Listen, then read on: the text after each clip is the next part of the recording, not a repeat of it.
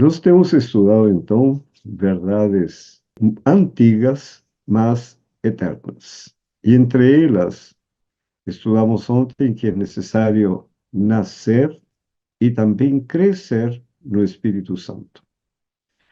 O novo nascimento é importante, porque nós nascemos em uma terra em que tudo é confuso, tudo é errado. Todo mundo está no maligno. Então não podemos nascer aprendendo o que é certo. Fala seu idioma local. Não se fala uma outra língua. Quando você entra na vida em um lar que fala português, você ouve português, português, português, aprende português, é óbvio. E assim vai aprendendo a comer, vai aprendendo a vestir-se, aprendendo, enfim, os hábitos, práticas que tem este mundo.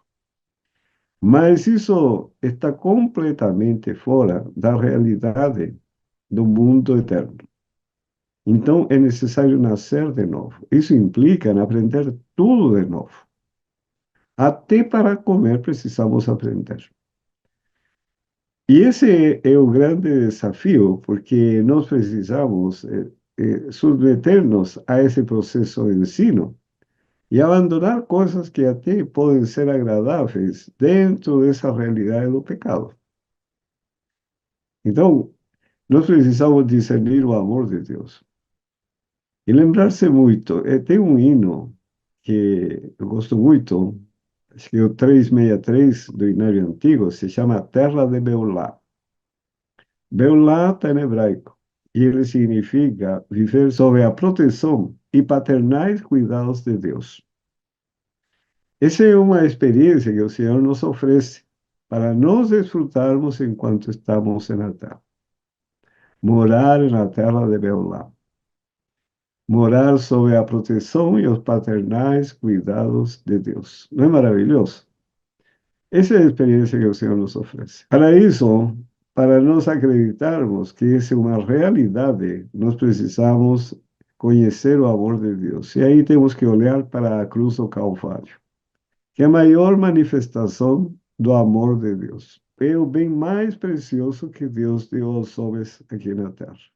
Olhe para a cruz e acredite. Abraão olhou para a cruz e acreditou que Deus realmente lhe perdoaria os pecados se aceitasse esse sacrifício como sua única forma de ser salvo do pecado.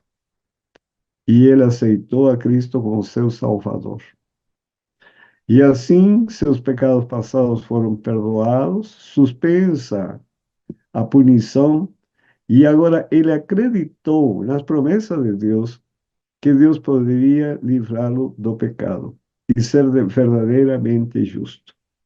Ele foi justificado pela fé, lhe foi imputada a justiça de Cristo, mas agora precisava ser comunicada a justiça de Cristo. Que a justiça de Cristo, por meio da obediência, também comunicada por Deus, nós podemos receber a palavra, que é o caráter, aí está o caráter de Deus. É um instrumento para transformar nosso caráter. Por isso diz o Senhor, este é o caminho, andai por ele, sem vos desviar de nem para a esquerda nem para a direita. E o Senhor Jesus diz, eu sou o caminho, ande comigo. E essa foi a experiência de Enoque. Andou com o Senhor.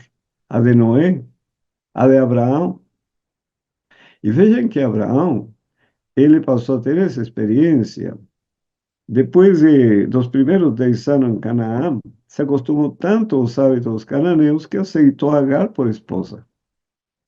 E Deus diz que é pecado, que foi pecado. Agora, depois dessa experiência, ele diz, ande em minha presença e ser perfeito.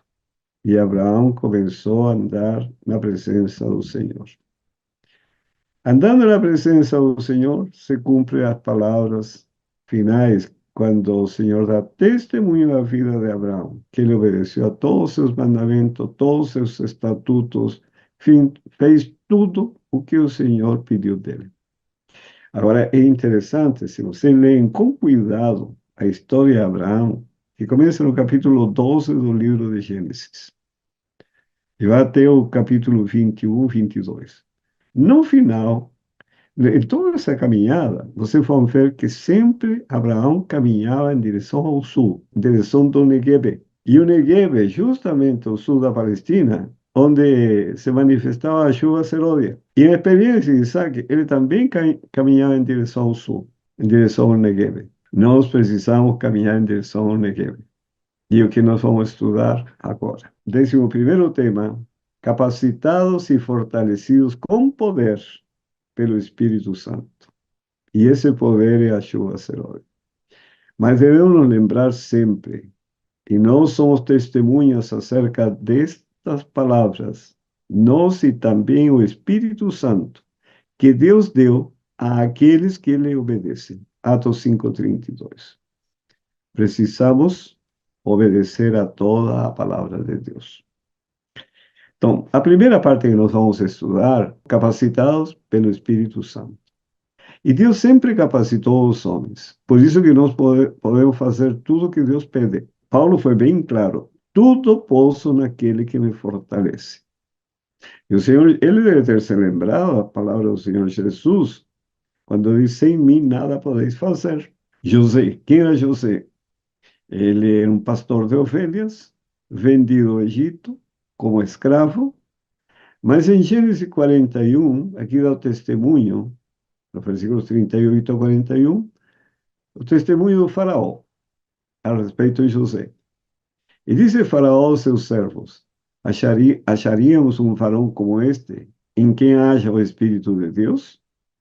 Depois disse Faraó a José: pois que Deus te fez saber tudo isto, ninguém há tão inteligente e sábio como tu. Tu estarás sobre a minha casa, e por tua boca se governará todo o meu povo. Somente no trono eu serei maior que tu. Disse mais Faraó a José: vês aqui, te tenho posto sobre toda a terra do Egito. Uma pessoa para administrar precisa ter uma formação, muitos anos, não somente de estudo, mas também de experiência. Agora, o que José havia administrado na vida? Ele simplesmente vivia uma vida de obediência ao pai.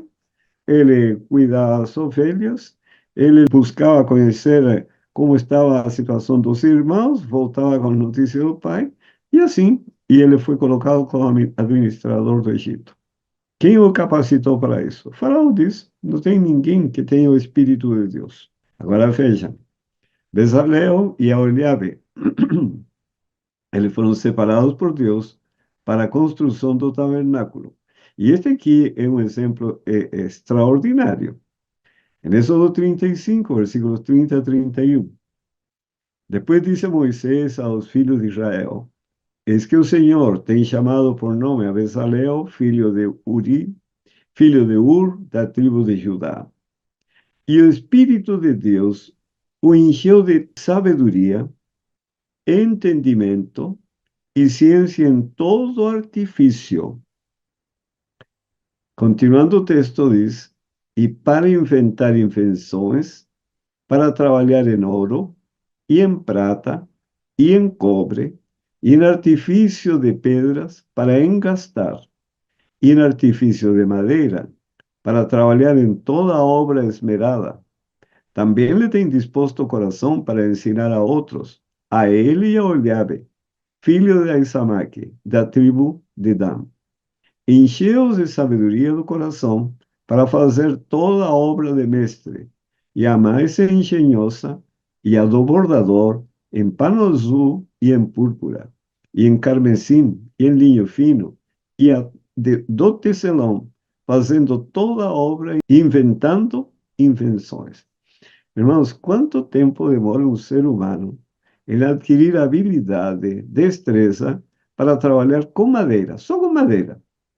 Ou para engastar pedras preciosas. Imaginem, para você adquirir conhecimento para trabalhar com ouro e prata, para adquirir o conhecimento, um tecelão, sabe? E trabalhar com linho, e trabalhar com panos, e ainda ser bordador. Eu acredito que não há nem 500 anos a pessoa aprende tudo isso. Quanto tempo demora uma pessoa para adquirir experiência e ser um bom profissional em qualquer uma dessas áreas? Anos e anos. Mas o Senhor os habilitou em todas as ciências e ainda também ensinar a outros, que essa é outra ciência. Não, não é qualquer um que ensina. Quantas vezes eu tenho encontrado com profissionais que são hábeis no seu ofício, e você pergunta como, e ele começa a explicar, explicar, e fala, e fala, e fala, e você não consegue entender o que ele está falando. Porque para ensinar é uma arte também. Deus o capacitou em todas as áreas. Por isso que Paulo diz: tudo posso naquele que me fortalece. Por quê? Porque Deus o habilita para a obra, seja para a pregação do evangelho, seja para o que for. O caso de Davi, Salmo 51:10, ele sabia disso. Por isso diz: cria em mim, ó Deus, um coração puro e renova em mim um espírito reto. Ele sabia que para ter pureza de coração e para andar retamente no caminho de Deus, Deus teria que criar esse coração nele. Versículo 11 a 13, Davi diz: cria em mim, ó Deus, um coração puro e renova em mim um espírito reto. Não me lance fora da tua presença e não retires de mim o teu Espírito Santo. Torna a dar-me a alegria da tua salvação e sustém-me com um espírito voluntário. Então, quando receberes a bênção de Deus, então ensinarei aos transgressores os teus caminhos e os pecadores a ti se converterão. Porque se Davi, ele cometeu pecado, ah, ele tomou a esposa de Urias por mulher, a engravidou e, para esconder o delito, manda matar Urias, que estava na frente de batalha. Ele teve um filho e o Senhor agora disciplina Davi e Davi, já reconhecendo o seu pecado, ele diz: Pai, se eu fico com esse pecado, como vou ensinar aos transgressores os teus caminhos? Como os pecadores se converterão a ti? E ele roga ao Senhor que crie nele um coração puro e que renove nele um espírito reto, que não o lance fora da sua presença e não retire dele o seu Espírito Santo. Aí ele tornaria a ter a alegria da salvação. E pede ainda que seja sustido por um espírito voluntário. E João nos diz, no capítulo 32, verso 8, na verdade, há um espírito no homem. E a inspiração do Todo-Poderoso o faz sábio, o faz entendido. Na outra versão bíblica, isso é o sopro do Todo-Poderoso. Então, na criação, Deus coloca a palavra de Deus na mente do ser humano, e o ser humano passa a ter vida, que é o que fala Jó 33:4, fala ele, que o sopro todo-poderoso lhe deu a vida, mas também o sopro todo-poderoso, ou a inspiração do Todo-Poderoso, concede a sabedoria e o entendimento. Então, nós precisamos tanto receber esse sopro todo-poderoso, que é a palavra de Deus, por meio da qual o Senhor nos comunica seu Espírito. E o Espírito Santo nos comunica o Espírito dele, a mente dele. E veja o que diz Isaías, capítulo 11, versículo 1 e 2. Como o Senhor Jesus Cristo, como ser humano, foi capacitado para a obra que realizaria. Diz, porque brotará um rebento do tronco de Jessé, o Senhor Jesus, descendente de Jessé, seu pai. E das suas raízes um renovo frutificará, Senhor Jesus Cristo. E repousará sobre ele o Espírito do Senhor, e o Espírito de sabedoria e de inteligência, e o Espírito de conselho e de fortaleza, e o Espírito de conhecimento e de temor do Senhor.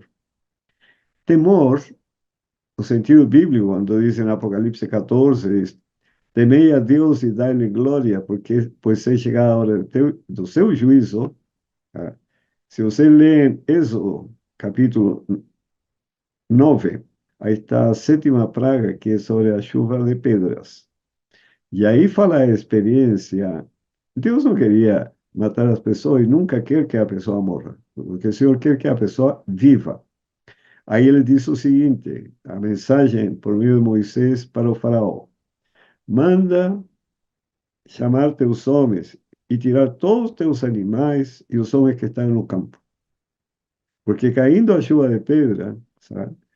Se ele permanecesse no campo, ele ia morrer. E o Senhor te diz: tira teus homens, tira teu gado, porque vai cair uma chuva de pedra que vai destruir tudo. Bom, depois diz um pouco mais à frente: os que não temiam ao Senhor deixaram seus animais, seus homens no campo. E em caindo essa chuva de pedra, todos morreram. Mas aqueles que se importavam com a palavra do Senhor retiraram seus homens, seu gado, e eles foram salvos. Então, o que significa temer ao Senhor? Obedecer a toda a palavra de Deus.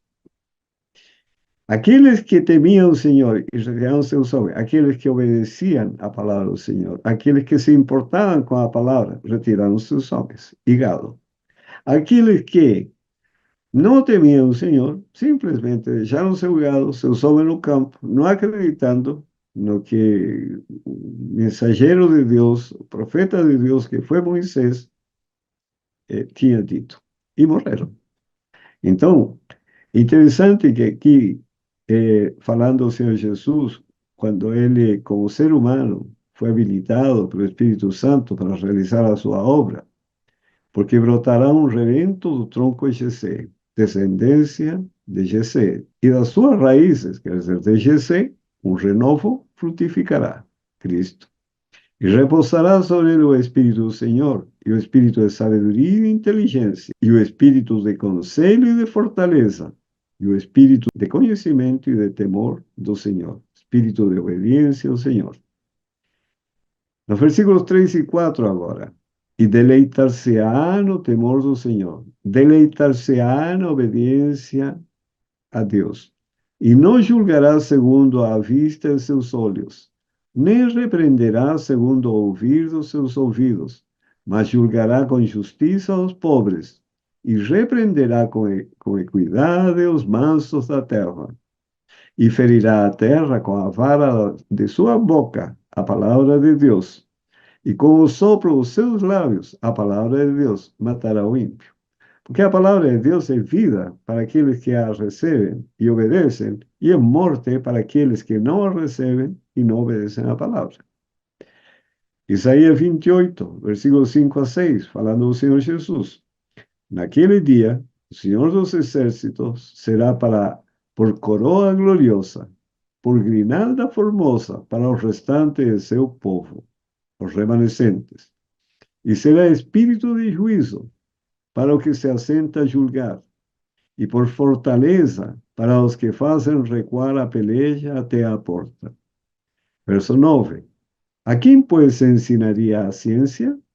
E a quem se daria a entender o que se ouviu? Ao desmamado e ao arrancado os seios? Porque é mandamento sobre mandamento, mandamento e mais mandamento, regra sobre regra, regra e mais regra, um pouco aqui e um pouco ali. A palavra de Deus hoje, na nossa linguagem, é um quebra-cabeças. É um pouco aqui, um pouco ali. Uma regra aqui, uma regra ali. Só o Espírito Santo para nos auxiliar, para podermos juntar todas as peças e podermos ter uma compreensão correta da palavra de Deus.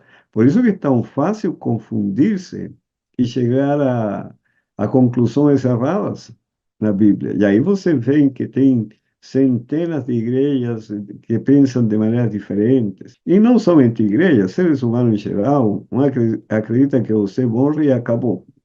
Outro acredita que a pessoa morre e fica reencarnando de gerações para gerações num processo de aperfeiçoamento. Outros acreditam que uns vão para o céu, outros vão para o inferno, outros vão para o purgatório. Outros acreditam que uns vão para os céus e outros vão para o inferno. E assim as crenças são diversas, porque se a pessoa não for guiada pelo Espírito Santo para juntar as peças e você ter uma compreensão correta, meus irmãos, nós estamos mais perdidos nesse mundo que nem um cego entrar na mata e pensar em sair daí. Capítulo 28, versículo 23 a 29. Este texto é extraordinário. Veja o que diz aqui. Inclinai os ouvidos e ouvi a minha voz. Atendei bem e ouvi o meu discurso. Porventura, lavra todo dia o lavrador para semear? Ou abra e esterroa todo dia a sua terra? Não, não é antes assim. Quando já tem gradado a sua superfície, então espalha nele ervilhaça e semeia cominhos, ou lança nele o melhor trigo, ou cevada escolhida ou centeio, cada qual no seu lugar. O seu Deus o ensina, o instrui acerca do que há de fazer, porque a ervilhaça não se trilha com instrumento de trilhar, nem sobre os cominhos passa a roda de carro, mas com a vara se bate. Se sacou a ervilhaça e os cominhos com um pedaço de pau. O trigo é esmiuçado, mas não se trilha continuamente. Nem se esmiuça com as rodas do seu carro, nem se quebra com os seus cavalos. Até isto procede do Senhor dos Exércitos, porque é maravilhoso em conselho e grande em obra. Sabe, na agricultura você aprende muito de como o Espírito Santo, ele te guia, te capacita para toda obra. Eu nasci na cidade, fui instruído na cidade para morar e trabalhar na cidade. E faz 25 anos que fui para o campo. E comecei a plantar.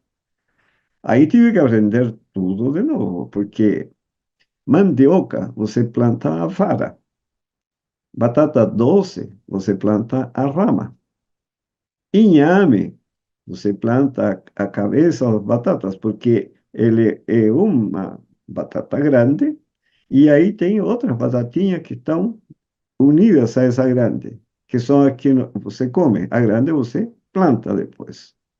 Quer dizer, tudo é diferente, tá?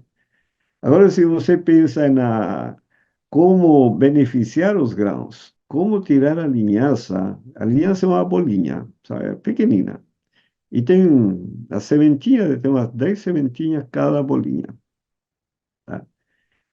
Ou a chia, já é diferente, é um pendão. E esse pendão, você tem que esfarelar, tem que esmiuçar, para que solte a semente. E fica tudo misturado em semente e palha.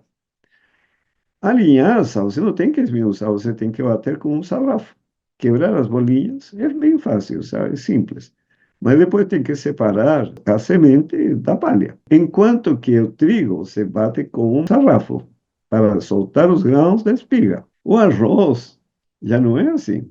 Você tem que bater com o feixe. Quer dizer, você pega o feixe e bate numa madeira até ele soltar o arroz. Aí outra coisa, todo esse processo hoje são industrializados, são máquinas caras. Mas você, para fazer isso manualmente, artesanalmente, se procure conhecimento. Eu procurei muito conhecimento para saber como beneficiar a aveia. Porque o grão da aveia é mole, o do trigo é duro. Você pode bater com um sarrafo o trigo, soltar o grão, mas a aveia, se você fazer isso, você esmaga o grão. Como tirar dali? E procurei na internet, etc, etc. E não acha assim facilmente, porque é uma história muito antiga isso aí. Como faziam isso antigamente, artesanalmente. Então, aí eu vejo, hoje, eu aprendi tudo isso orando a Deus, dizendo, Senhor, como que eu vou fazer isso aí? No início foi uma história, mas hoje eu sei. Sei como plantar, sei quando plantar, quando colher, como colher, sabe? Como beneficiar isso. E é trabalhoso. Eu sempre falei, se eu for produzir linhaça, por exemplo, né, que é rica no ômega 3, para vender, eu não venderia o quilo por menos de R$ 500, pelo trabalho que dá. Então, aí você pode ver como tudo isso te auxilia até para formar a paciência. Porque preparar a terra, onde tem mato, depois plantar, cuidar, colher, saber tirar os grãozinhos ali, limpar, até chegar na mesa e comer, você tem que agradecer a Deus muito por ter feito tudo isso. Até nisso o Senhor nos instrui. Grande Deus em conhecimento, em sabedoria e a vontade de nos ensinar. Isaías 42, verso 1.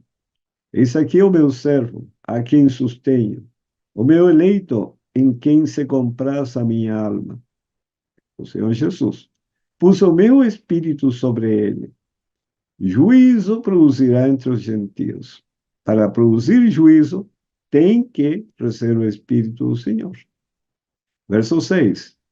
Eu, o Senhor, te chamei em justiça, e te tomarei pela mão, e te guardarei, e te darei por concerto do povo, e para a luz dos gentios, para abrir os olhos cegos, cegos espirituais de verdade, para tirar da prisão os presos e do cárcere os que jazem em trevas, do pecado, presos pelo pecado.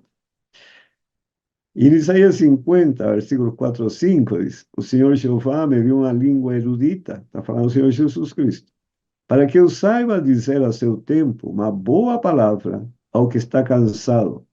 Ele desperta-me todas as manhãs, desperta-me o ouvido, para que ouça com aqueles que aprendem. O Senhor Jeová me abriu os ouvidos e eu não fui rebelde, não me retiro para trás. Essa experiência que o Senhor Jesus nos deixa como exemplo de ser seguida. Entender que o que nós somos agora e o que podemos ser amanhã é obra do Espírito Santo em nós, pela sua misericórdia. E assim poderemos ter uma língua erudita, e assim podemos saber dizer a seu tempo uma boa palavra ao que precisa ouvir, e ser atento, porque o Senhor nos desperta para ouvir e entender seus planos, seus propósitos e poder agir em conformidade com a sua vontade. Isaías 61. O Espírito do Senhor, versículos 1 a 3. O Espírito do Senhor Jeová está sobre mim, porque o Senhor me ungiu para pregar as boas novas aos mansos. Enviou-me a restaurar os contritos de coração, a proclamar liberdade aos cativos, cativos do pecado, e a abertura de prisão aos presos, presos pelo pecado, a apregoar o ano aceitável do Senhor e o dia da vingança do nosso Deus, a consolar todos os tristes, a ordenar acerca dos tristes de Sião, que se les dê ornamento por cinza, óleo de gozo por tristeza, veste de louvor por espírito angustiado, a fim de que se chamem árvores de justiça, plantação do Senhor, para que ele seja glorificado. É interessante, para realizar toda essa obra, era necessário receber o Espírito do Senhor que esteja sobre nós. Aqui diz para que possamos ser árvore de justiça, plantação do Senhor, para que ele seja glorificado. E se está referindo aos remanescentes. Agora, quando você lê no capítulo 7 do livro do Apocalipse, já no versículo 1 diz assim: E depois destas coisas vi 4 anjos que estavam sobre os 4 cantos da terra, retendo os 4 ventos da terra, para que nenhum vento soprasse sobre a terra, nem sobre o mar, nem contra árvore alguma. E se você ler o versículo 2, depois diz: E vi outro anjo subir da banda do sol nascente, e que tinha o selo do Deus vivo. Aqui está falando do selamento, que é o que nós vamos estudar amanhã. o selo do Deus vivo, e clamou com grande voz aos quatro anjos, a quem fora dado o poder de danificar a terra e o mar. E já não menciona as árvores. Quem são essas árvores ali? O que diz aqui? Vestes de louvor por espírito angustiado, a fim de que se chamem árvores de justiça, plantação do Senhor, para que ele seja glorificado. São as árvores que estão no final, o remanescente de Deus para serem selados. Isaías 30, versículo 21. E os teus ouvidos ouvirão a palavra que está por detrás de ti, dizendo: Este é o caminho, andai nele, sem vos desviardes, nem para a direita, nem para a esquerda. Esse texto é o que está na minha mente constantemente. Sabe? Porque nós precisamos lembrar sempre que o Espírito Santo está por trás de nós. Os teus ouvidos ouvirão a palavra que está por detrás de ti. O Espírito Santo nos traz à mente constantemente a palavra de Deus, dizendo: Este é o caminho, andai nele, sem vos desviardes nem para a direita, nem para a esquerda. Bom, o caso de Saulo, Saulo de Tarso, outro exemplo extraordinário, como o Senhor o capacitou. Capítulo 9 de Atos, versos 4 a 6. E caindo em terra, aqui está a caminho de Damasco, para prender os cristãos. Ele era um perseguidor dos cristãos, um fariseu, assim, devoto. E ele diz aqui: agora tenho um encontro com o Senhor Jesus. E caindo em terra, ouviu uma voz que lhe dizia: Saulo, Saulo, por que me persegues? E ele disse: Quem é, Senhor? E disse o Senhor: Eu sou Jesus, a quem tu persegues. Duro para ti recalcitrar contra os aguilhões. Em uma linguagem popular nossa aqui. Duro é dar murros sobre pontas de faca. É isso que está falando o Senhor. Duro para ti recalcitrar contra os aguilhões. E ele, tremendo e atônito, disse: Senhor, que queres que faça? Olha, o que salvou a Paulo nesse tempo, ainda Saulo, é justamente a submissão a Deus. Ele aprendeu, mesmo sendo fariseu, que o Senhor era o caminho. Não conhecia o Senhor, mas ele conhecia a palavra que estava em Isaías, que diz: Este é o caminho, andai nele, sem vos desviar de nem para a esquerda nem para a direita. Quando ele teve esse encontro, o que ele disse? Senhor, que queres que faça? Essa deve ser nossa atitude. E disse-lhe o Senhor: Levanta-te e entra na cidade, e lá te será dito o que te convém fazer. No verso 10, e havia em Damasco um certo discípulo chamado Ananias, e aqui o Senhor se apresenta a ele e disse-lhe o Senhor em visão: Ananias. E ele respondeu: Eis-me aqui, Senhor. A resposta é Isaías. E disse-lhe o Senhor: Levanta-te e vai à rua chamada direita, e pergunta em casa de Judas por um homem de Tarso chamado Saulo, pois eis que ele está orando. Interessante como Deus acompanha os passos de cada um que decide andar com o Senhor, sabe? Paulo, apesar de ter uma visão errada, ter toda uma atitude errada com respeito à palavra de Deus, ele era um homem sincero, mas sem conhecimento. E o Senhor sabia que ele se chamava Saulo, sabia que ele estava na rua direita, sabia que estava na casa de Judas, e sabia que ele estava orando. Quer dizer, sabe tudo que nós estamos fazendo, tudo que nós estamos pensando, e aí atende nossa necessidade e nos redireciona o caminho para não nos perdermos e chegar no céu. Verso 13. E respondeu Ananias: Senhor, de muito ouvi acerca deste homem, ¿cuántos males te han feito aos teus santos en Jerusalén? Que Ananías estaba certo. Verso 15. Dícele, porém, o Senhor, vai, porque este é para mim um vaso escolhido para levar o meu nome diante dos gentios e dos reis e dos filhos de Israel. Deus sabia que Saulo, uma vez esclarecida sua mente, poderia agir em conformidade com sua vontade. No versículo 17 a 20 diz, e Ananias foi e entrou na casa, e impondo-lhe as mãos, disse, irmão Saulo, o Senhor Jesus, que te apareceu no caminho por onde vinhas, me enviou para que tornes a ver e seja cheio do Espírito Santo.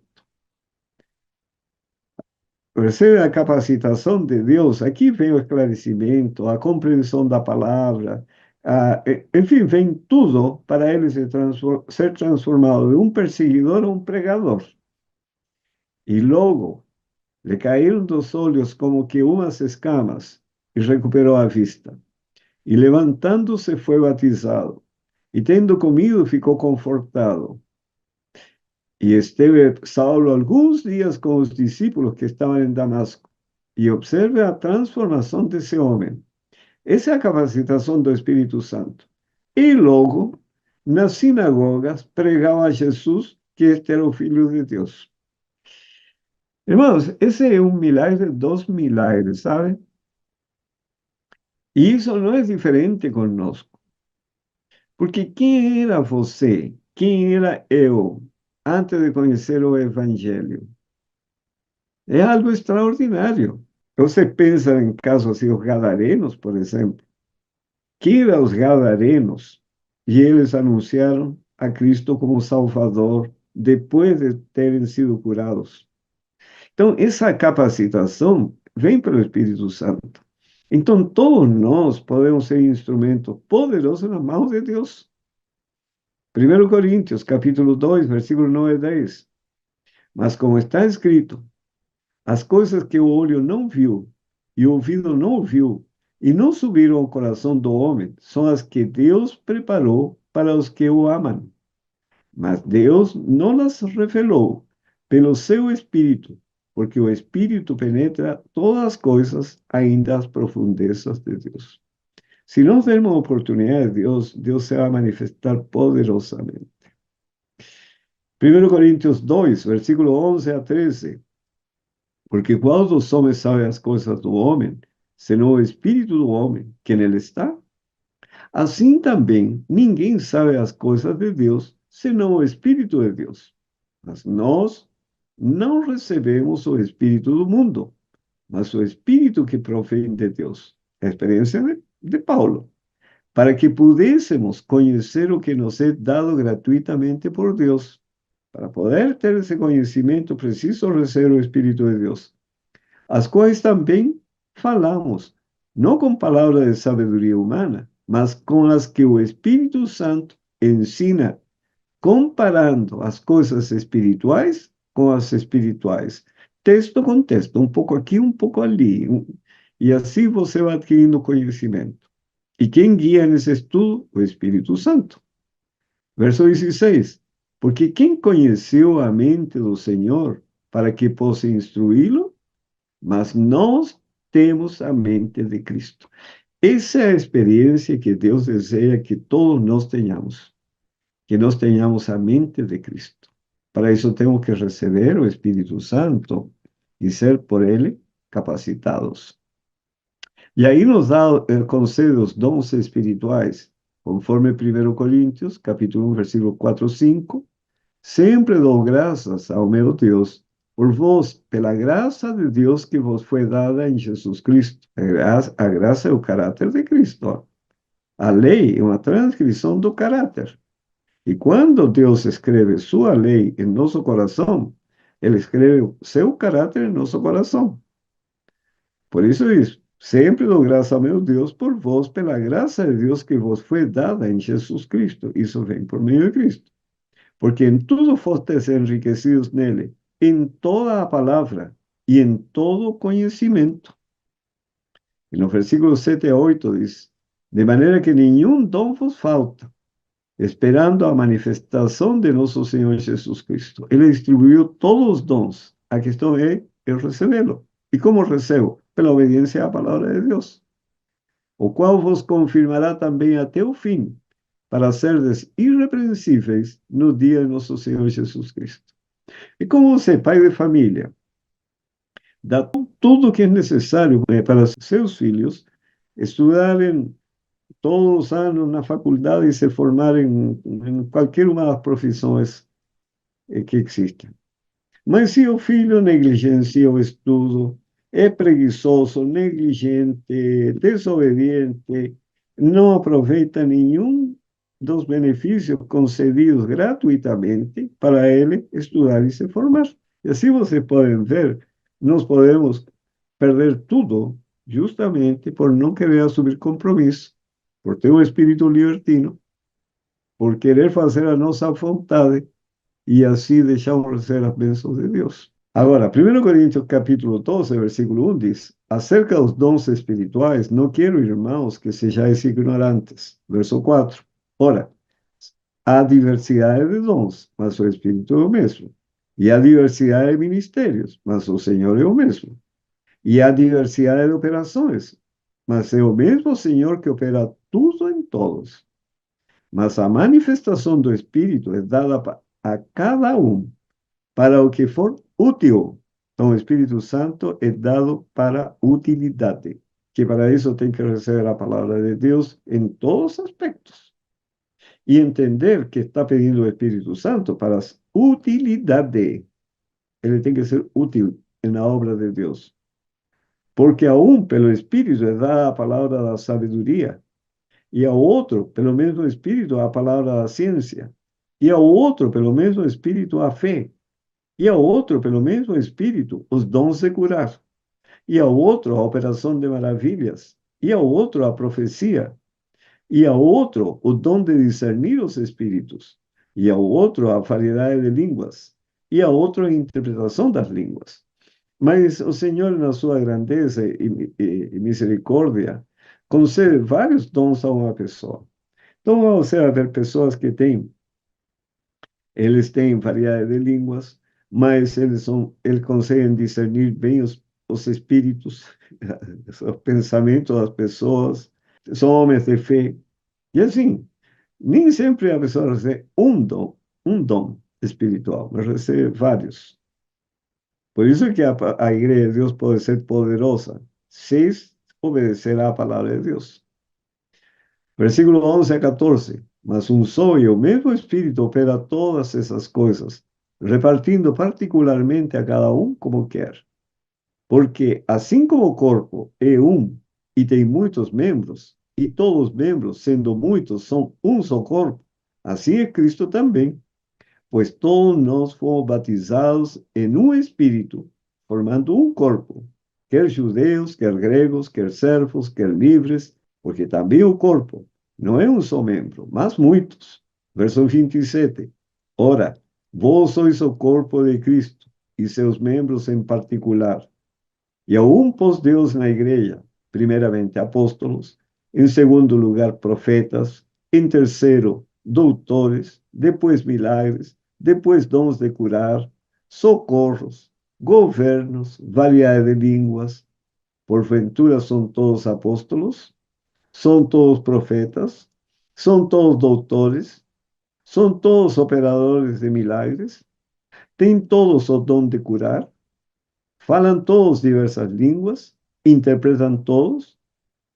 Mas aqui, portanto, procurai com zelo os melhores dons, e eu vos mostrarei um caminho ainda mais excelente, que é o caminho do amor. Agora, aí que está a importância da liderança, é saber detectar os dons de cada membro da igreja e coordenar o trabalho do todo. E aí a igreja se torna eficaz. O que as empresas fazem? Quem trabalhou na empresa, eu trabalhei em multinacionais, em três grandes multinacionais, eles têm uma capacidade de detectar quais são os seus lados fortes e eles te capacitam, te dão treinamento nessas áreas para aproveitar ao máximo o que você pode dar. Então, se nós tivermos essa mentalidade na igreja, porque muitas vezes, e interessante aqui que diz procurar com zelo os melhores dons. E aqui está citando os de profeta, doutores, operadores de milagres, enfim, enfim, enfim. Mas quando fala os melhores são o do apostolado, o que ensina a palavra, e final aparecem governos e outra que administra. Mas todos querem ser administradores. Quantas vezes a pessoa, se não for ancião da igreja, não aceita um cargo de diácono, por exemplo? Nós temos que, sabe, não querer ser, sino que aproveitar o que já é, para que o Senhor o continue capacitando. Efésios capítulo 4, versículos 7 e 8. Mas a graça foi dada a cada um de nós, segundo a medida do dom de Cristo. Pelo que diz, subindo ao alto, levou cativo o cativeiro. Quando o Senhor ressuscita e volta para o céu, leva as primícias que ressuscitaram junto com ele. E em seguida diz, e deu dons aos homens que ficaram aqui na terra. Verso 11.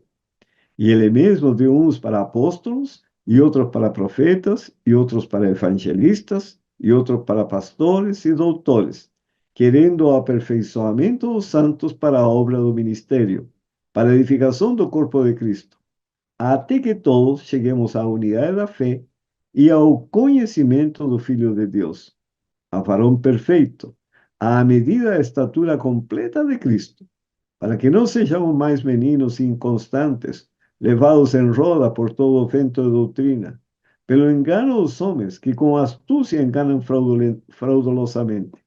Antes, seguindo a verdade em amor, cresçamos em tudo naquele que é a cabeça, Cristo, do qual todo o corpo, bem ajustado e ligado pelo auxílio de todas as juntas, segundo a justa operação de cada parte, faz o aumento do corpo para a sua edificação em amor. Todos trabalhando unidos. Para nós entrarmos no céu, tem que ser pela obediência e pela união. É o que diz o Salmo 133. Na união será concedida a vida eterna. Então, nós temos que tirar todos os probleminhas dentro da igreja. Agora, uma vez capacitados, nós somos fortalecidos com poder pelo Espírito Santo. Só que aqui é muitíssimo importante, porque geralmente, quando se faz uma vigília, ou um grupo de oração para pedir o Espírito Santo, pensando na chuva seródia, que é esse poder que será concedido agora para concluir a missão aqui na Terra, não é que se dá aí porque se está orando, é um processo que vem lá de trás. O Espírito Santo é concedido em três etapas. Cada etapa é consequência da anterior. Se eu não recebo na primeira, não estou em condição de receber a segunda, nem receber a terceira, que é a chuva seródia. Eu tenho que receber a primeira para receber a segunda, e receber a primeira e a segunda para receber a terceira. São três etapas de educação de um ser humano: ensino fundamental, segundo grau, faculdade. São as três etapas mínimas. Depois vem as pós-graduações. Bom, para fazer segundo grau, precisa ter o fundamental. Para fazer a faculdade, precisa ter o fundamental e o segundo grau, completos. Não é assim que funciona? Da mesma maneira para a concessão do Espírito Santo. Três etapas. A primeira é concedida para a compreensão da palavra e missão. Se eu não sou diligente em estudar a palavra e entender a missão, que é a primeira etapa, eu já estou comprometendo as duas que se seguem. Por mais que eu ore pedindo ajuda seródia.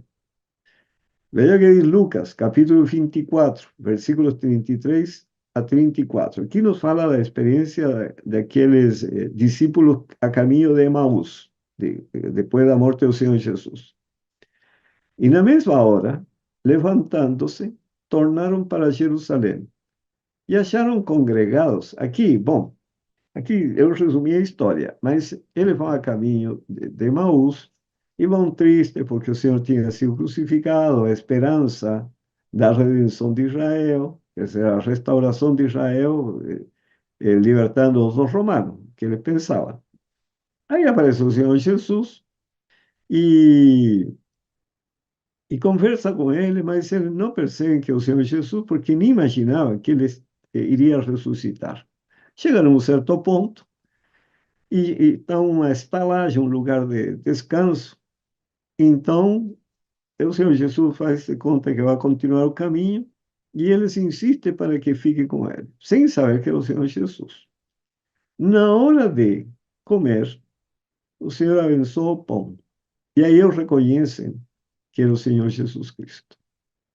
E aí se alegram. E o Senhor Jesus desaparece e vai embora. E aí agora eles voltam correndo para Jerusalém para contar aos demais o que tinha acontecido. E aqui começa a história que está em Lucas capítulo 24, 33 a 34. E na mesma hora, levantando-se, tornaram para Jerusalém e acharam congregados 11 e os que estavam com eles, os quais diziam: ressuscitou verdadeiramente o Senhor e já apareceu a Simão. Verso 36. E falando eles destas coisas, o mesmo Jesus se apresentou no meio deles e disse-lhes: paz seja convosco. Verso 39. Vede as minhas mãos e os meus pés, que sou eu mesmo. Apalpai-me e vede. Cristo ressuscitado. Verso 44. E disse-lhes: são estas as palavras que eu vos disse, estando ainda convosco. E aí chama a atenção para o que estava escrito na lei e nos profetas. Então, observe o que ele faz agora. Então, abriu-lhes o entendimento para compreenderem as Escrituras e disse-lhes: assim está escrito, e assim convinha que o Cristo padecesse, e ao terceiro dia ressuscitasse os mortos, e em seu nome se pregasse o arrependimento e a remissão dos pecados, o abandono dos pecados, em todas as nações, começando por Jerusalém. Aqui lhe faz entender a palavra de Deus e lhe mostra a missão, correto? Mas o texto paralelo a Lucas 24, a respeito da mesma história, nos diz o que ele fez quando lhes abriu o entendimento para compreenderem as Escrituras e a missão. Isso está no Evangelho de João, sabe? Capítulo 20. Mas vamos concluir aqui o texto de Lucas. No versículo 48 e 49. E destas coisas sois vós testemunhas. E eis que sobre vós envio a promessa de meu Pai. Ficai, porém, na cidade de Jerusalém, até que do alto sejais revestidos de poder. Tá. Aqui ele está prometendo o que iria acontecer no Pentecoste. Mas, com respeito ao que ele fez nesse momento, nessa reunião, quando estavam todos escondidos, chegaram os discípulos de caminho de Emaús a Jerusalém, e aí eles relatam toda a sua experiência com o Senhor Jesus ressuscitado, e nesse momento entra o Senhor Jesus em cena, e o que ele faz agora? Les abre o entendimento para compreenderem as Escrituras e les apresenta a missão, certo?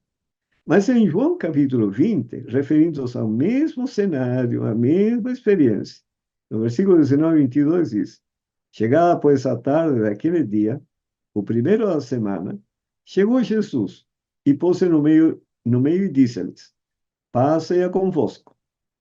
E dizendo isto, mostrou-lhe as suas mãos e o lado. Disse-lhes, pois, Jesus outra vez: paz seja convosco. Assim como o Pai me enviou, também eu vos envio a vós, a missão. E havendo dito isso, assoprou sobre eles e disse-lhes: recebei o Espírito Santo. Não diz que lhes abriu o entendimento para compreenderem as Escrituras. E em seu nome se pregasse o arrependimento e a remissão de pecados em todas as nações, começando por Jerusalém. Simplesmente diz: Assim como o Pai me enviou, também eu vos envio a vós. E havendo dito isso, assoprou sobre eles e disse-lhes: Recebei o Espírito Santo. O mesmo cenário, a mesma situação, o mesmo a reunião de discípulos aí que estavam escondidos, chegaram os outros, contaram sua experiência a caminho de Emaús, e agora a mesma situação, João relata de uma maneira bem simples. Assoprou sobre eles e disse-lhes: Recebei o Espírito Santo. Então, para que receberam o Espírito Santo? Para compreender as Escrituras e a missão. Não foram capacitados, mas para compreender. Então, eu tenho que ser diligente em compreender as Escrituras sob a direção do Espírito Santo. Tá? Aí vem o segundo ponto. Agora são capacitados para cumprir a missão. Nessa situação particular, que haviam judeus de todas as nações congregadas para adorar a Deus, o Senhor lhes concede o dom de línguas para transmitir o evangelho a esses irmãos judeus. Em Atos capítulo 2, versículo 1 a 7, cumprindo seu dia de Pentecostes, eles já tinham recebido o Espírito Santo, ¿ah? Já tinham recebido antes. E observen agora. Cumprindo seu dia de Pentecostes, estavam todos reunidos no mesmo lugar. E de repente veio do céu um som, como de um vento veemente e impetuoso, e encheu toda a casa em que estavam assentados. E foram vistas por eles línguas repartidas como que de fogo, as quais pousaram sobre cada um deles. E todos foram cheios do Espírito Santo e começaram a falar em outras línguas. Eles já tinham recebido o Espírito Santo, agora foram cheios do Espírito Santo, segunda vez. Mas com que propósito agora? Capacitando-os a pregar o Evangelho e cumprir a missão que lhes tinha dado anteriormente nessa reunião em que estavam escondidos. E diz a seguir: conforme o Espírito Santo lhes concedia que falassem. E em Jerusalém estavam habitando judeus, varões religiosos de todas as nações que estão debaixo do céu. Quer dizer, em línguas para se comunicar com todos. E correndo aquela voz, ajuntou-se uma multidão e estava confusa, porque cada um os ouvia falar na sua própria língua. E todos pasmavam e se maravilhavam, dizendo uns aos outros: Pois que, não são galileus todos esses homens que estão falando? Capacitados para cumprir a missão. Segunda concessão do Espírito Santo. E se não tivessem sido diligentes de estudar a palavra de Deus e entender a missão, como o Senhor iria capacitá-los para cumprir a missão? Se nem conheciam a palavra direito. Versículos 8 a 12 agora. Como, pois, os ouvimos, cada um na nossa própria língua em que somos nascidos? Partos e medos, elamitas, e os que habitam na Mesopotâmia, e Judeia, e Capadócia, e Ponto, e Ásia, e Frígia, e Panfilha, Egito, e partes da Líbia, junto a Cirene, e forasteiros romanos, tanto judeus como prosélitos, e cretenses, e árabes, todos temos ouvido em nossas próprias línguas falar das grandezas de Deus. E todos se maravilhavam e estavam suspensos, dizendo uns aos outros: que quer isto dizer? Por isso que a primeira etapa é necessária para receber a segunda. Não é interessante? Se eu não estudo a Bíblia hoje, não estudo a lição da escola sabatina, não leio os livros de Espírito e Profecia, não entendo direito as coisas, como vou explicar para os outros quando o Senhor me capacite para falar? Aqui é dom de línguas, mas o Senhor capacita de diversas maneiras. Vamos à terceira etapa. Poder para testemunhar com toda a ousadia. Aí vem a chuva seródia. Independentemente das consequências.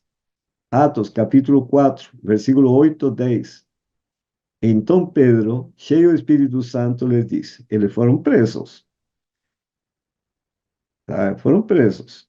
E aqui, quando no Sinédrio, Pedro se levanta e fala para os dirigentes do Sinédrio: principais do povo e vós, anciãos de Israel, visto que hoje somos interrogados acerca do benefício feito ao homem enfermo e do modo como foi curado, Seja conhecido de vós todos e de todo o povo de Israel, que em nome de Jesus Cristo, o Nazareno, aquele a quem vos crucificastes e a quem Deus ressuscitou dos mortos, em nome desse é que este está são diante de vós. Verso 13. Então ele, vendo a ousadia de Pedro e João, e informado de que eram homens sem letras e indoutos, para falar assim para esses eruditos, se maravilharam e tinham conhecimento de que eles haviam estado com Jesus. E vendo estar com eles o homem que fora curado, nada tinham que dizer em contrário. Todavia, mandando-o sair fora do conselho, conferenciaram entre si. E no capítulo 4, versículo 16 a 18, diz assim: Que havemos de fazer a estes homens? Porque a todos os que habitam em Jerusalém é manifesto que por ele foi feito um sinal notório, e não o podemos negar. Mas, para que não se divulgue mais entre o povo, ameacemos-los, para que não falem mais nesse nome a homem algum, não falem mais de Cristo. E chamando-os, disseram-lhes que absolutamente não falassem nem ensinassem no nome de Jesus. Os ameaçaram. Agora foram soltos. Verso 23. E soltos eles foram para os seus e contaram tudo o que lhes disseram os principais dos sacerdotes e os anciãos. E ouvindo eles isto, unânimes, levantaram a voz a Deus e disseram: Senhor, tu és o que fizeste o céu, e a terra, e o mar, e tudo que neles há. Aqui apelaram ao Criador. Verso 29. Agora, pois, ó Senhor, olha para as suas ameaças e conceda aos teus servos que falem com toda ousadia a tua palavra, sem medo. E aqui veio o poder poderoso para testemunhar com toda ousadia. Versículos 30 a 31. Enquanto diz, estendes a mão para curar e para que se façam sinais e prodígios, pelo nome de teu santo Filho Jesus. E tendo eles orado, movió-se o lugar em que estavam reunidos, e todos foram cheios do Espírito Santo e anunciavam com ousadia a palavra de Deus. Mas, me diga, ele não recebeu o Espírito Santo para entender a palavra, aquele encontro depois da experiência daqueles que iam caminho de Maús, e para entender a missão, já recebeu o Espírito Santo. No Pentecoste, foram cheios do Espírito Santo. E agora, depois que começaram a falar, cumprindo a missão, foram ameaçados. Mas eles ficaram com medo. Por isso, isso. E tendo eles orado, moveu-se o lugar em que estavam reunidos e todos foram cheios do Espírito Santo. De novo, com que propósito agora? Não era para entender a palavra, não era para entender a missão, não era para ser capacitados para isso, mas para anunciar com ousadia a palavra de Deus. Agora foram cheios do Espírito Santo, que é o poder da chuva serôdia. E os apóstolos davam com grande poder testemunho da ressurreição do Senhor Jesus, e em todos eles havia abundante graça. Se eu não estudei a Bíblia, se não entendo bem a palavra de Deus, se não estou envolvido na missão, sabe? E para isso Deus me capacita, como vou ser fortalecidos com o Espírito Santo para pregar a palavra sem medo nenhum? Porque vamos ter que enfrentar a besta, a imagem da besta, vamos ter que permanecer fiéis diante de ameaças de prisão, de morte. E nem sabemos o que nós vamos passar pela frente. Então, precisamos da concessão do Espírito Santo. Só que, Atos 5:32, e nós somos testemunhas acerca destas palavras, nós e também o Espírito Santo, que Deus deu àqueles que lhe obedecem. A chuva serôdia produzirá o alto clamor. Aí que vem o alto clamor. Nesse tempo, a chuva serôdia, ou refrigério pela presença do Senhor, também se chama refrigério pela presença do Senhor, quer dizer, o descanso que vem pela presença do Senhor em nós, virá para dar poder à grande voz do terceiro anjo, e preparar os santos para estarem de pé no período em que as 7 últimas pragas serão derramadas. Eventos finais, página 186. Nunca esquecer, sabe, que o Espírito Santo que Deus deu àqueles que lhe obedecem. Muitos têm, em grande medida, deixado de receber a chuva temporã. A chuva temporã que você está recebendo no estudo da palavra. Não tem obtido todos os benefícios que Deus, assim, para eles tem provido, que é ir convertendo-se na medida que vamos recebendo a palavra. É viver de acordo com a luz que vai sendo lançada sobre nós. Esperam que as falhas sejam supridas pela chuva seródia. E aí está tudo errado. Quando a maior abundância da graça estiver para ser otorgada. Então, na chuva temporal, recebem a graça. Na chuva seródia, maior abundância da graça. Esperam poder abrir o coração para recebê-la. Estão cometendo um erro terrível. Está vendo? Uma etapa segue a outra etapa. Só os que estiverem vivendo de acordo com a luz que têm recebido poderão receber maior luz. Então, o que é a chuva seródia? A chuva temporal é a graça, é a luz que vamos recebendo dia a dia, se estudar uma palavra, se nos submetermos à palavra. O que é a chuva seródia? A maior abundância da graça. A, a maior luz com respeito ao que já temos recebido. Quer dizer, vai clarear todo o cenário em nossa mente. A não ser que nos estejamos desenvolvendo diariamente na exemplificação das ativas virtudes cristãs, não reconheceremos as manifestações do Espírito Santo na chuva seródia. Claro, lê uma criança do fundamental e lo coloca em uma faculdade onde estão estudando ciência exata ou ciência da saúde ou qualquer área do conhecimento. O que essa criança vai entender? Me diga. Não tem como reconhecer nada. Isso tem Testemunhos para Ministros e Obreiros Evangélicos, página 507 e 508. Agora, o amadurecimento do grão representa a terminação do trabalho da graça de Deus na alma. Pelo poder do Espírito Santo, deve a imagem moral de Deus ser aperfeiçoada no caráter. Devemos ser completamente transformados à semelhança de Cristo. A chuva seródia, amadurecendo a seara da terra, representa a graça espiritual que prepara a igreja para a vinda do Filho do Homem. Mas a menos que a chuva temporal haja caído, não haverá vida. A menos que a primeira etapa e a segunda etapa sejam cumpridas, não pode se cumprir a terceira. E as reuniões de vigília, etc. Qual o propósito? O propósito é que a pessoa está vivendo as outras, e então recebe a bênção prometida. Mas se não está acompanhando o processo, pode ficar orando 365 dias por ano, de dia e noite, e não vai receber nada. Porque não tem como. Você plantou, aqui aconteceu o seguinte, plantei trigo, não choveu, desenvolveu muito pouco, eu falei ontem, sabe? Quando choveu, que deveria encher o grão e deixá-lo pronto para a colheita, não tinha o que encher, não tinha nem grãos. Tinha um que outro grãozinho. A mesma coisa, quando desce a chuva seródia, se não receber a temporão, não haverá vida. A ramagem verde não brotará. Se a chuva temporal não fizer seu trabalho, a seródia não desenvolverá a semente até a perfeição. Eventos finais, página 183, 184. É nesta vida que devemos afastar de nós o pecado, pela fé no sangue expiatório de Cristo.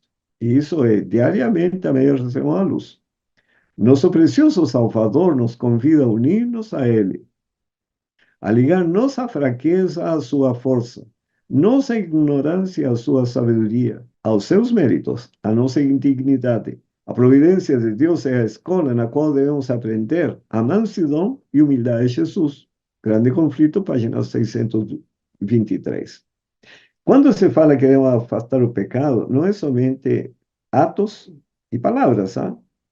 Debemos afastar de nós maus pensamentos e maus sentimentos, como estudamos anteontem, quando estudamos sobre a batalha na mente.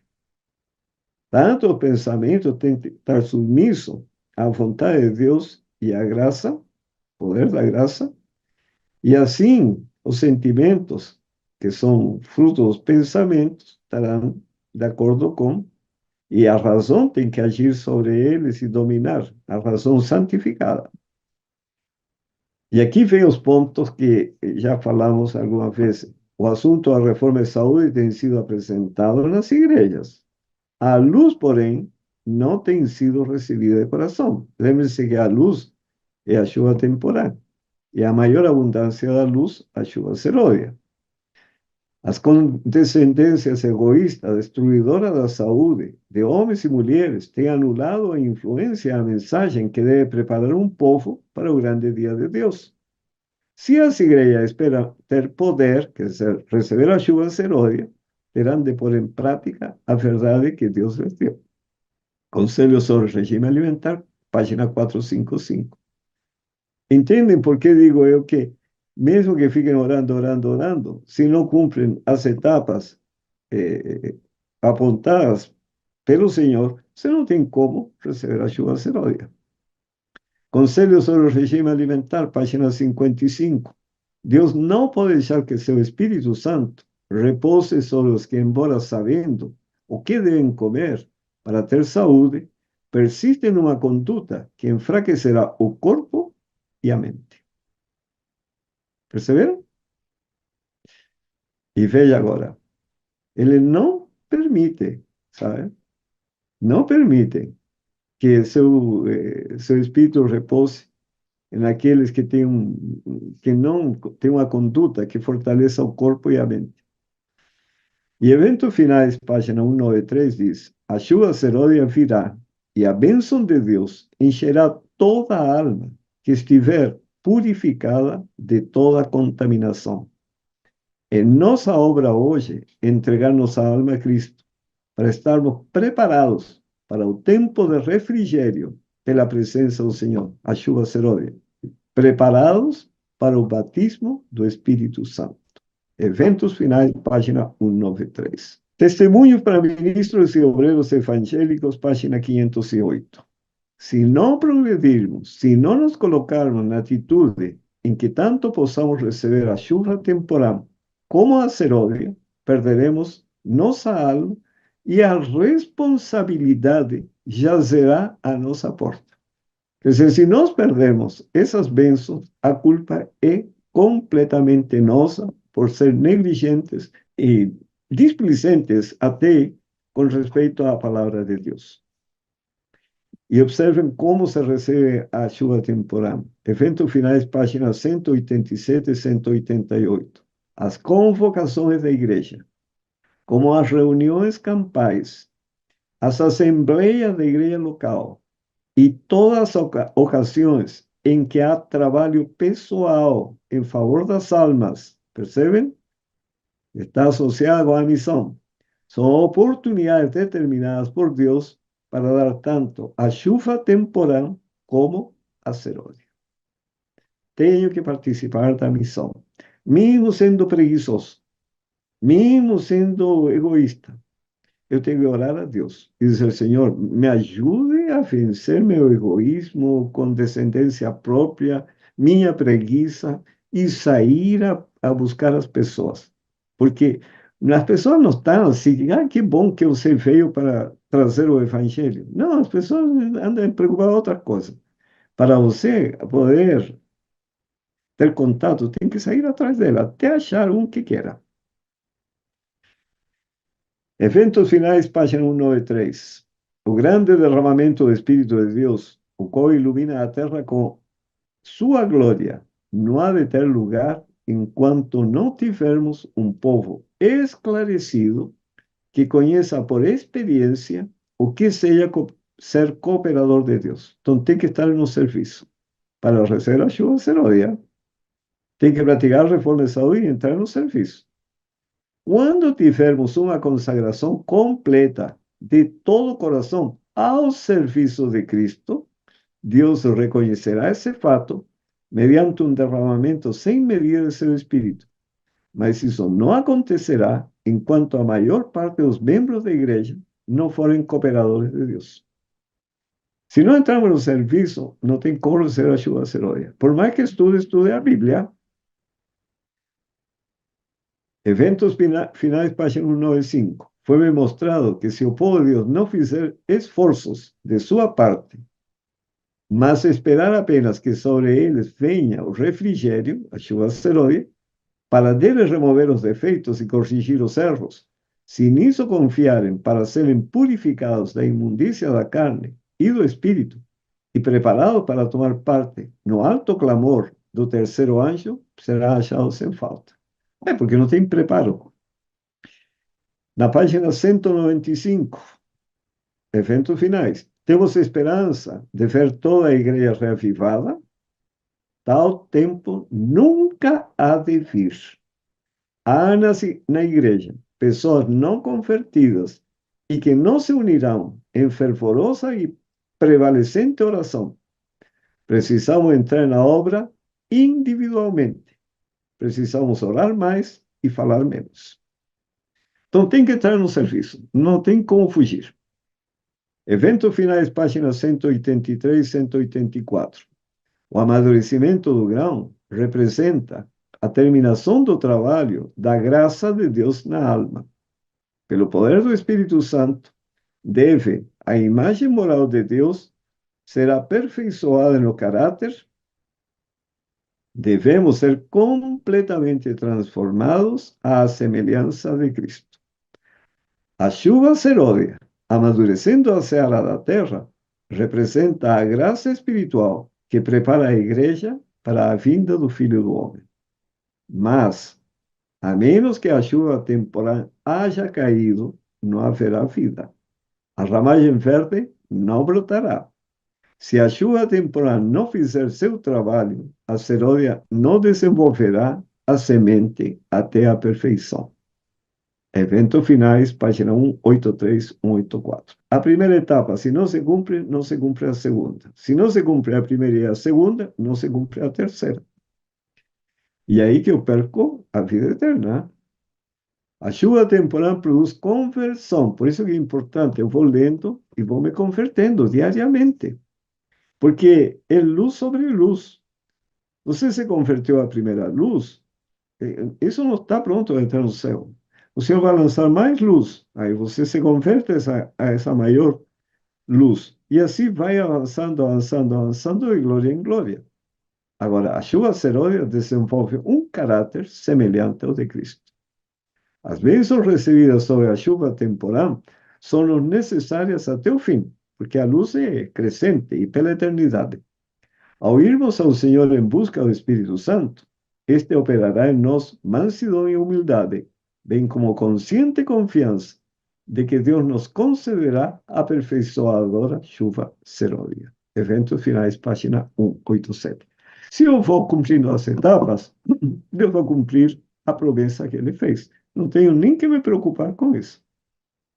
Vou vivendo de acordo com a palavra de Deus e, no momento oportuno, Deus vai derramar a chuva seródia. Resultado: condições para receber a chuva seródia. A comunicação do Espírito é a transmissão da vida de Cristo. Receber o Espírito Santo é isso. Como você vai receber a vida de Cristo? Só porque você fica orando para pedir isso. Porque é um processo de transformação diária. Por isso que as condições são obediência a toda a palavra de Deus. Está Atos 5:32. Precisamos receber a chuva temporal para receber a seródia. Tem que haver afastamento do pecado, que é o que produz a chuva temporal. Temos que ser purificados de toda contaminação, é o que produz a chuva temporal. Temos que praticar a reforma de saúde, que dá condições à mente para poder discernir as impressões do Espírito Santo. Tem que haver uma completa transformação à semelhança de Cristo, que é o que produz a chuva temporal.